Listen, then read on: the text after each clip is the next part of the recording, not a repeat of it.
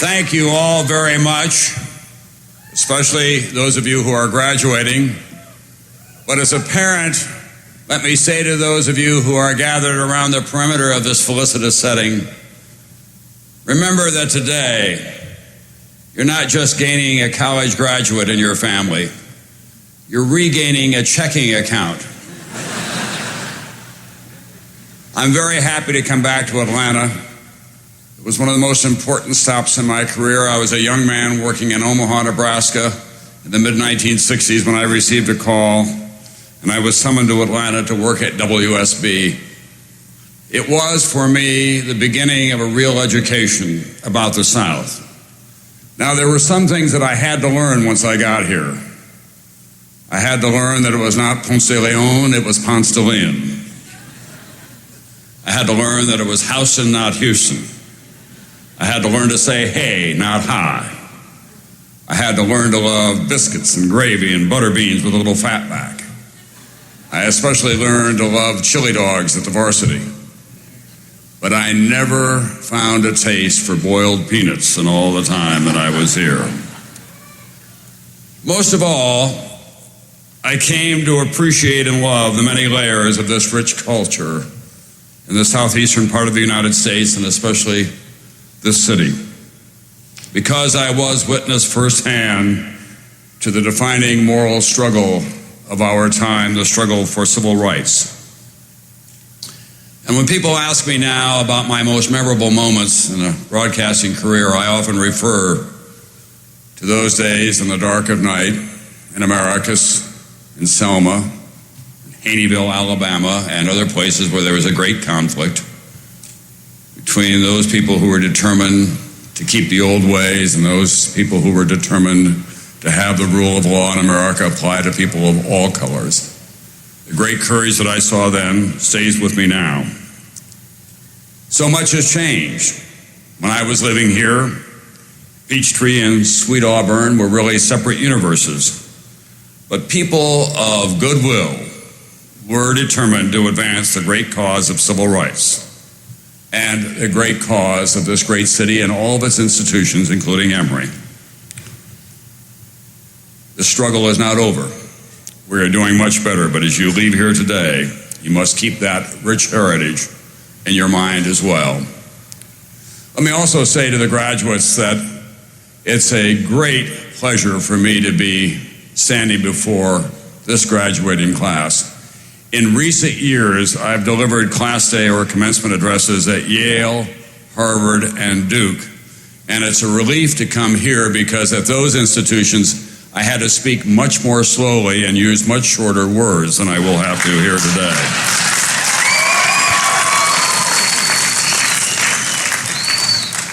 And I know as well that Southern hospitality is alive and well.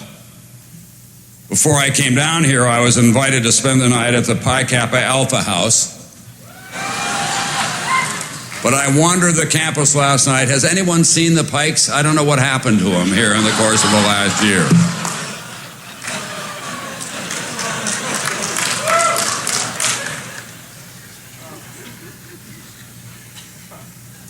Take a moment and take in this setting. This is the realization of the American dream. These cherished ceremonies are, for me, annual rituals of renewal. I come to these academies across America with a sense of awe, humility, and envy.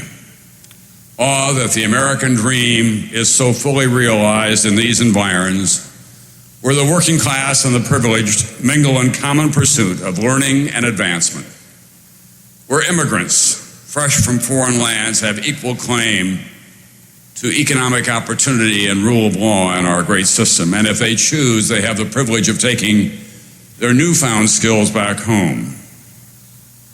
I'm also humbled by the sacrifices of so many who have helped you to this promising place in your lives, your family, your teachers, and some that you may not have considered this moment.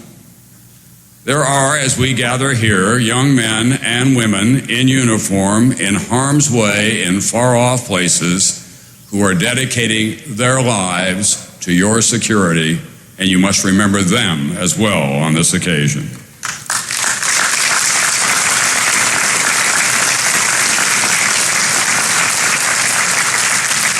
I'm also envious of what you carry from here. More than the degree or honors, what you will come to treasure are the friendships and the fellowship, some of which will accompany you the rest of your years. I envy you the experience of exploring new frontiers of knowledge while rediscovering the ancient truths. Most of all, I envy you the road ahead. The 21st century, with its transformational technology, emerging democracies, developing economies, shifting power centers, and yes, cultural conflicts demanding great attention. These are the themes of commencement speeches across the broad spectrum of campuses this spring, and I am fully prepared to expand on them momentarily. But first, I am compelled to offer somewhat less lofty, but useful observations. You have been hearing all of your life that this occasion is a big step into what is called the real world. What, you may ask, is that real world all about? What is this new life? Ladies and gentlemen of the class of 2005 at Emory, real life is not college. Real life is not high school. Here is a secret that no one has told you. Real life is junior high. The world that you're about to enter is filled with junior high adolescent pettiness, pubescent rivalries, the insecurities of 13-year-olds, and the false bravado of 14-year-olds. 40 years from now, I guarantee it, you will still make a silly mistake every day. You will have temper tantrums, and your feelings will be hurt for some trivial slight. You'll say something dumb at the wrong time, and you will wonder at least once a week, will I ever grow up? You can change that. In your pursuit of your passions, always be young. In your relationship with others, always be a grown-up. Set a standard and stay faithful to it. In this new life, you'll also have to think about money in a new way. Life, after all, is not an ATM. Now you have to earn the money. Think about how you can hang on to some of it. And if you're fortunate, use the money that is beyond what you need to save a life, to save a neighborhood, to save the world. You may be surprised to learn that it is that use of money that is the most satisfying and gratifying. In our family, where we began with no money, we like to say that we have discovered that God invented money so those who have it can help others. Moreover, while money helps, it is discounted somehow if it doesn't carry your full personal value and commitment. A few years ago, in a ceremony similar to this, I declared, it's easy to make a buck, but it's tough to make a difference. A father of one of the graduates, a Wall Street success, wrote to me suggesting a rewrite of that line. He said, it's tough to make a buck, but if you make a lot of bucks, you can make a hell of a difference. A or B, you decide, because there is no wrong answer. But before you get to that, let's assign your class a marker and explore the consequences. The marker, of course, is 9/11, the terrorist attack on America, the worst single physical assault in this nation's history. You are the class of 9/11. You have the dizzying experience of entering college as your country was beginning a shooting war, as a clash of cultures and ideals was altering political and economic and spiritual landscapes far beyond these leafy environs. You found sanctuary here and the comforting certainty that if you played by the rules, This important passage in your life would be successfully completed in 4 years. Alas, there is not a comparable orderliness about the other passage, the rough ride as a result of the horrific events of 9/11. We are still working our way across open water, forced to navigate by the stars as the old navigational charts are of little use to us. Our destination remains uncertain. Some seas have been rougher than expected. Certain forecasts prove to be perilously wrong, and unexpected currents keep pushing us closer to dangerous shoals or directions not of our choosing. It is time, as they say at sea, for all hands to be on deck. For this is a common journey, and it requires a common effort and the collective wisdom of the crew and passengers alike. Your individual dreams and plans will be seriously compromised if the ship of state is allowed to drift or steer a hazardous course. We cannot pretend that simply because there has not been another 9/11 that the world is as it once was. We are not near the end of this epic struggle between the Western ideal of the rule of law, tolerance, pluralism, and modernity, and the advocates of a crazed vision of Islam. We cannot wish away the complex set of conditions that fuel a rage across a broad band of the globe where too many young men and young women your age are caught in a crossfire of claims on their faith and another way of life playing out on the ever wider screens that reflect the images of a world that they don't understand, of unveiled women and material excess, secular joy, disconnected from their lives of deprivation and uncertainty. They don't represent the whole world of Islam, but they represent a great band of Islam. They are not incidental to the world that you are entering. They are the fastest growing population in an already overcrowded part of the world where self-determination is at best a work in progress, or at best a faint rumor or a distant promise. For most of the 20th century, Christianity represented 30% of the world's population, and Islam represented about 20% in the closing days. By the year 2025, those numbers will change. Many of those young people, and I have encountered them in Afghanistan and Pakistan and Saudi Arabia, the universities in Baghdad, in Indonesia, understand our culture and speak our language, but to them, we show no interest in returning the favor. So many of them love the idea of America, but hate our government, envy our freedoms, and deeply resent what they see as our sense of entitlement. The worst among them had to be punished, and the fight goes on. But no army can conquer them all or force them all to change. So as you leave here in pursuit of your dreams, try to imagine their dreams. Stand tall.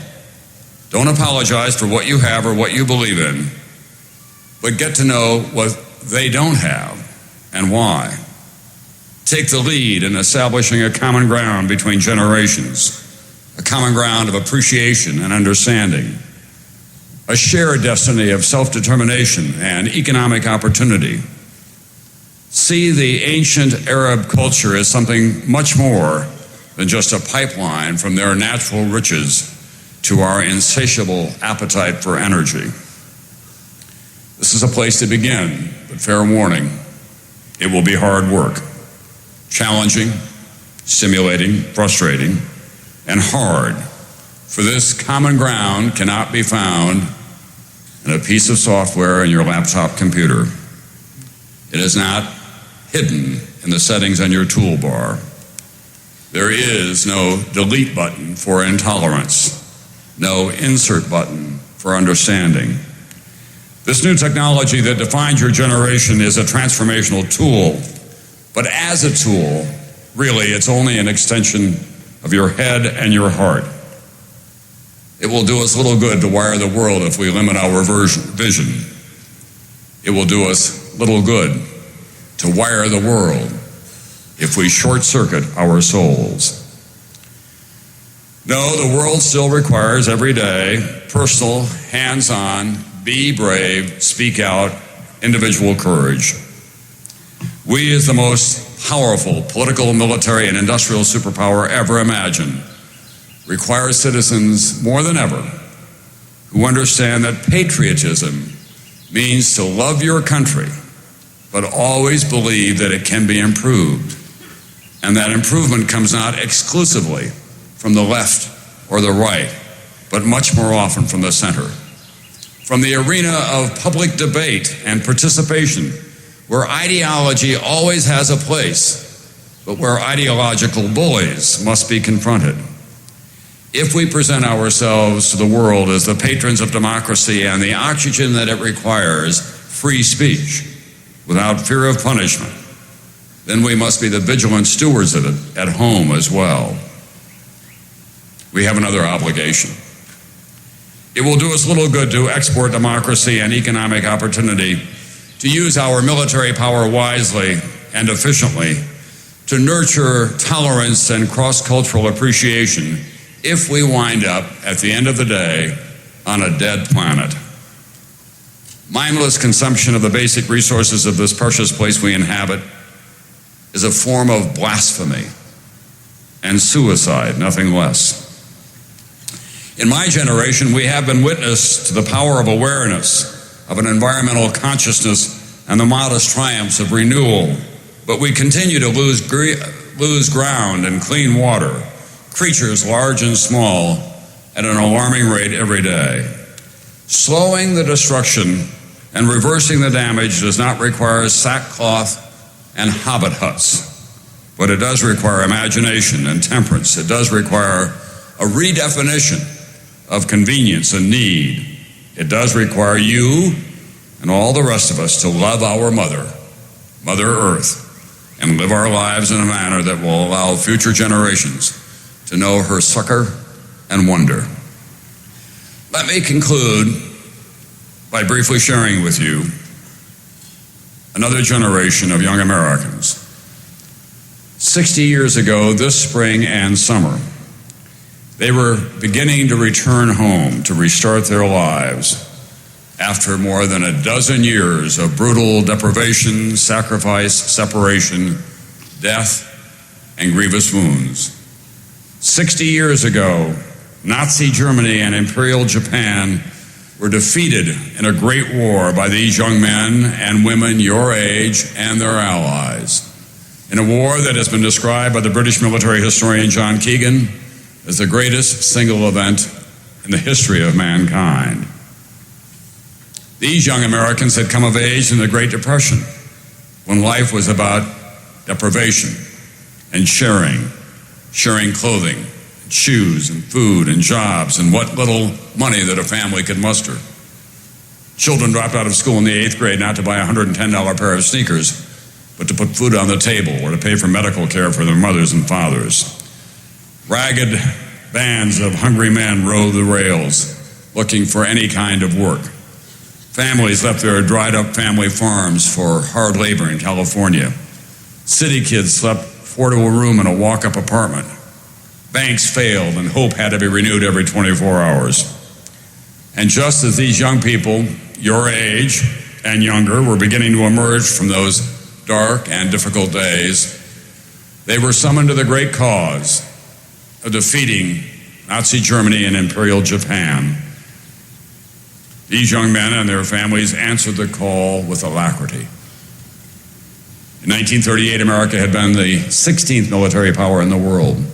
But overnight, we stopped the production of civilian vehicles and began the production of tanks and warplanes and heavy bombers that were drawn by night and produced by day. Young men went from being bellhops in Rochester, Minnesota to flying multi-engine bombers in 9 months. City kids went to sea. And everywhere in America, everyone joined in by making one kind of a sacrifice or another. And when they answered that call, they were forced to fight their way across North Africa, the deadly beaches of France and Italy, and the freezing winters of Central Europe, in the searing heat of little-known islands across the South Pacific, on all the seas and all the skies, day in and day out. They fought bloody, face-to-face battles of unspeakable cruelty and death. At home, farmers grew more food and civilians ate less so the soldiers could be well fed. Young wives and children didn't see their husbands or fathers or hear from them for months at a time, if ever again. Women left the house and put on overalls and work boots, and hard hats, and carried lunch boxes and went onto the assembly lines. When that great war was over, when the terrible, hateful evils of the Third Reich and Imperial Japan had been defeated, this generation of Americans your age returned to their homes or established new communities. They went to college in record numbers, and they married in record numbers. They gave us new laws, expanding the freedoms of those who had been left behind too long. They did something that had never been done in the history of warfare.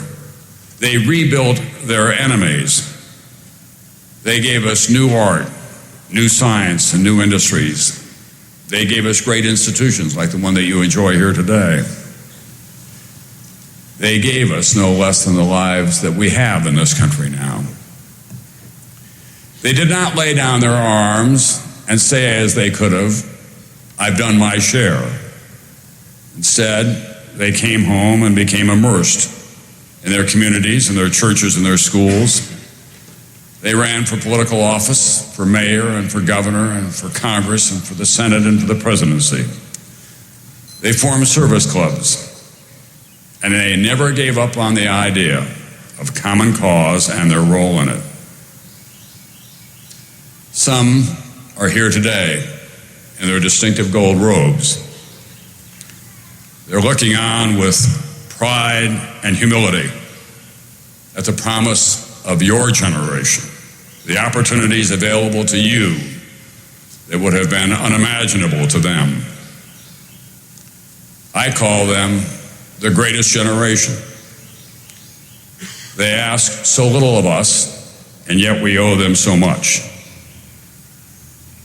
Remember them as you leave here. Remember how they rose as one to meet far greater challenges than we face today. Remember them as you put the mark of greatness on your generation. Good luck and Godspeed.